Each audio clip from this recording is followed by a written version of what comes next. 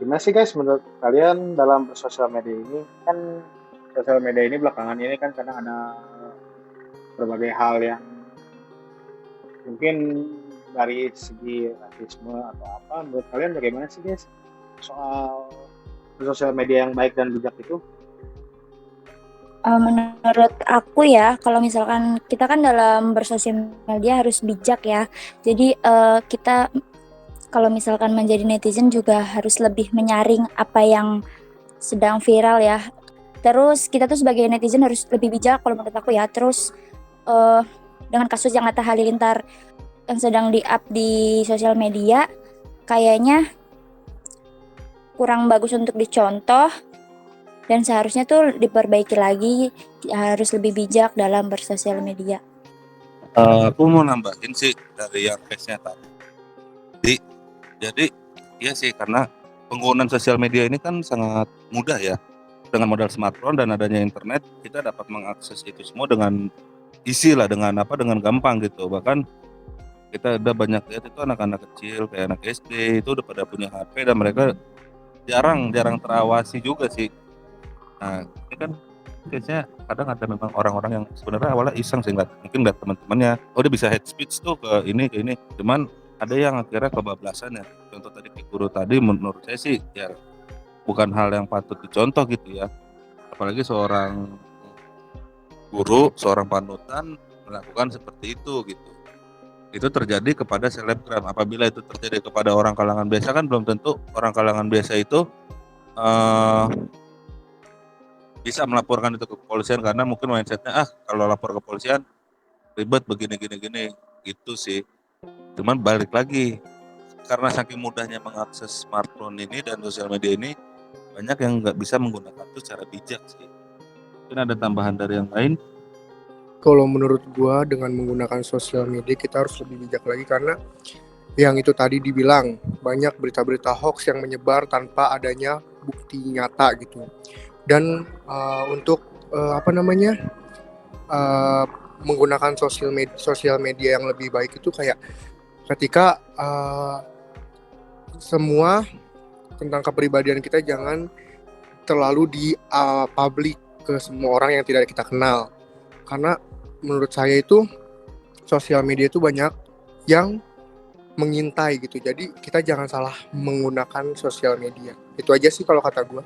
Nambahin, kalau untuk Lain sosial bisa media ini, nambahin itu, fungsi sosial media tuh kebanyakan saat ini lebih baik diperuntukkan, banyak yang menggunakan untuk kayak jualan online, jualan, lebih ke seperti itu sih. Jadi mengendorse atau mereview hal-hal yang lebih positif aja, karena memang fungsinya ini menurut saya juga ya, banyak hal baik yang bisa dihasilkan dari sosial media dan banyak hal buruk juga, tergantung kita pribadinya masing-masing menggunakan itu dengan seperti apa. Tapi menurut kalian gimana sih Itu guys? Kan seperti itu. UU ITE juga kan banyak yang dibilang pasal karet juga. Menurut kalian UU ITE itu berguna atau enggak sih untuk kita semua? Boleh menambahi tanggapan untuk yang apa namanya soal terkait undang-undang ITE ya. Kalau menurut aku pribadi itu sih penting ya, karena kita sih bedain aja nih golongan-golongan komentar-komentar setiap orang gitu. Kadang kan orang ada yang berkomentarnya mungkin masih standar-standar nih, tapi kalau yang kita lihat sekarang-sekarang ini komentar netizen itu sudah ke arah ranah pertama ada pengancaman, kedua ada ke ranah apa namanya sampai menghina fisik misalkan seperti itu ya, atau bisa jadi apa namanya berbau-bau seksual misalkan seperti itu. Nah, makanya ya menurut saya sih sangat penting sekali kalau misalkan tetap adanya undang ITE sebagai perlindungan apa namanya masyarakat supaya tetap aman gitu bersosial media gitu. Jangan sampai nanti misalkan ITE dihilangkan, nah uh, ya kita bingung gitu sebagai pengguna sosial media harus apa namanya bisa bisa di backup oleh siapa gitu untuk bisa berlindungnya gitu sih.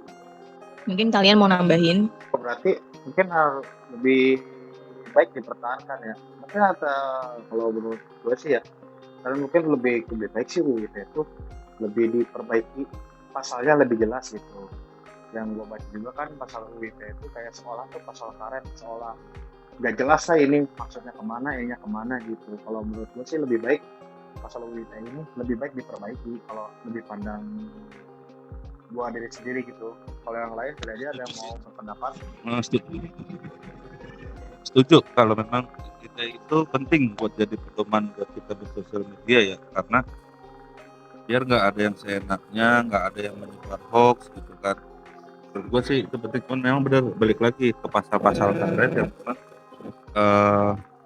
lebih diperjelas lah diperuntukannya seperti apa dan kondisinya. Bener banget sih, mau nambahin karena kan emang fungsi UU ITE itu undang-undang yang mengatur mengenai informasi elektronik ya. Jadi segala sesuatu yang berhubungan dengan sosial media itu harus digunakan dengan baik, benar-benar harus bisa memfilter, dan itu tuh harus undang-undang ITE-nya harus diperjelas kayak gimana, ranahnya kemana. Menurut aku itu benar juga sih, bagus sih. Terus guys, menurut kalian cara memfilter berita yang baik dan benar itu seperti apa sih guys? Kan ada beberapa kadang, wah ini berita viral nih, ditelusuri jelas kan, kata wah, menurut kalian gimana sih guys? Cara yang benar memfilter berita itu benar-benar asli atau tidaknya?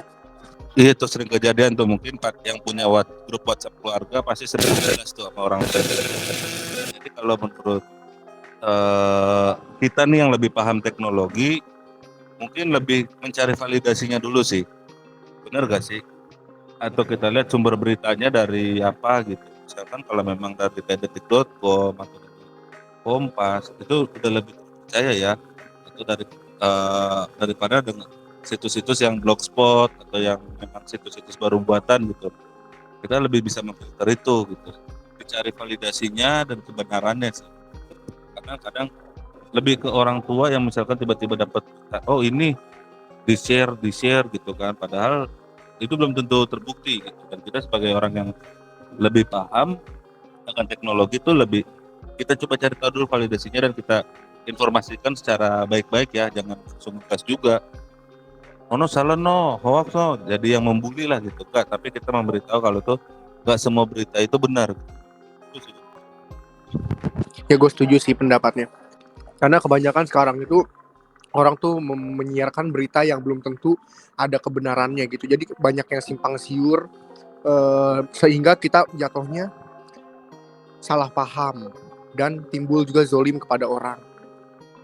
Tapi guys, kalau misalkan nih, menurut kalian, misalkan si pengguna sosial medianya itu, misalkan ya anak di bawah umur, ya kan? Nah terus kan bebas dong, sekarang mungkin banyak anak yang menggunakan handphone orang tuanya untuk misalkan kayak scroll Instagram gitu kan, melihat apapun yang bisa mereka lihat gitu di handphone orang tuanya. Nah misalkan yang berkomentar itu anak kecil, nah menurut kalian apa sih antisipasi atau yang harus diterapin mungkin sama penegak hukum misalkan gitu ya, supaya jangan sampai si anak kecil ini sama nih tingkahnya sama kayak si orang dewasa, kayak berkomentar sebebas-bebasnya atau misalkan melihat yang seharusnya tidak dilihat seperti itu. Nah menurut kalian apa yang harus dilakukan sama penegak hukum? Apakah itu disamain dengan yang dewasa ataukah ada hukum yang memang dikhususkan untuk yang di bawah umur? Mungkin kalau Setuju sih menurut juga. kalau menurut gue sih ya gini, kalau lebih dari untuk misal anak kecil itu mengkomen yang tidak sesuai entitasnya lah, dia misal dia mengkomen wah ini seksi sekali bajunya kamu gini, nah seperti itu, atau mungkin menghujat seperti wah kamu itu brengsek sialan lu gini, mungkin lebih baik sebelum ke ranah hukum, lebih baik si orang tuanya dulu kita sosialisasiin dulu. Oh bu, ini anaknya berkomen seperti ini. Mungkin lebih baik ibu menggunakan aplikasi khusus. Ada kan dari Google tuh kayak aplikasi khusus anak-anak.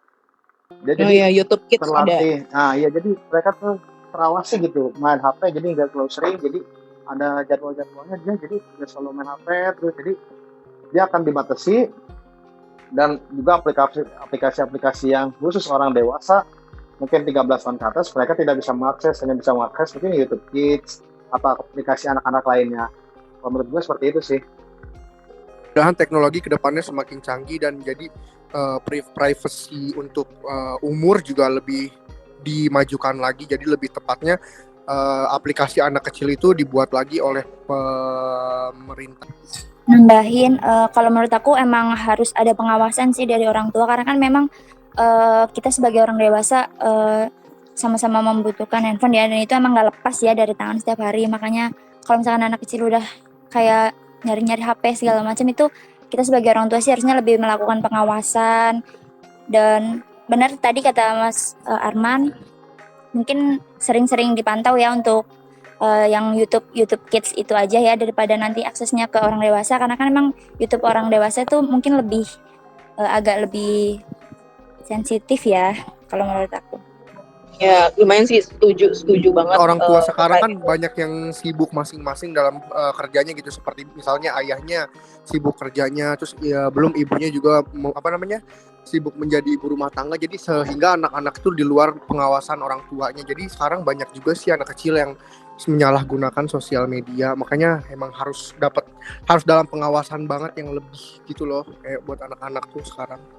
Jadi kalau berarti kalian kurang lebih setuju lah ya, misalkan kayak contoh kasusnya Atta Halilintar nih sama seorang guru yang udah menghina seperti itu. Artinya kan kita juga kalau di posisinya mungkin di posisi si Atta Halilintar sama Aurel, pasti kita juga melakukan hal yang sama ya. Akan bertindak, apalagi kan itu sudah menghina anaknya seperti itu yang memang tidak ada salah apa-apa seperti itu kan. Ya kalau dari gue sendiri sih setuju banget ya si Atta Halilintar melakukan hal tersebut gitu. Jadi next di dunia sosial media ini tidak ada tuh kayak kejahatan-kejahatan yang timbul lagi, kayak ngikutin lah jejaknya si guru itu gitu. Karena kalau nggak dikasih tindakan yang tegas, pasti banyak banget yang akan mengikuti jejak yang seperti si guru itu yang seenak-enaknya memberi komentar yang buruk gitu. Ya sih, jadi gimana ya, sebenarnya Atta Halilintar juga nggak salah juga, dia juga kan melaporkan atas ketidaknyamanan dia, seolah mengganggu tidak mengganggu privasi dia, maksudnya privasi dalam konteks anaknya seolah dihina, kan dia juga tidak enak juga kan, wajar dia ngadu ke polisi dan melakukan tindakan hukum sesuai perundang-undangan yang ada. Mungkin untuk kedepannya lebih baik undang-undangnya yang lebih dibenahi lagi sih, untuk konteks penghinaan, mungkin penghinaan untuk penghinaan misal dia kan penghinaan nih, nah dari penghinaan itu diselesaikan secara kekeluargaan dulu, apabila tidak temu titik terang baru melalui jalur hukum. Kalau menurut saya sih seperti itu. Bener ya Mas Arman, jadi kayak undang-undangnya juga harus lebih spesifik ranahnya kemana nih, penghinaannya mengenai misalkan anak kecil itu harus ada sih undang-undang UU ITE-nya. Nah ya gitu.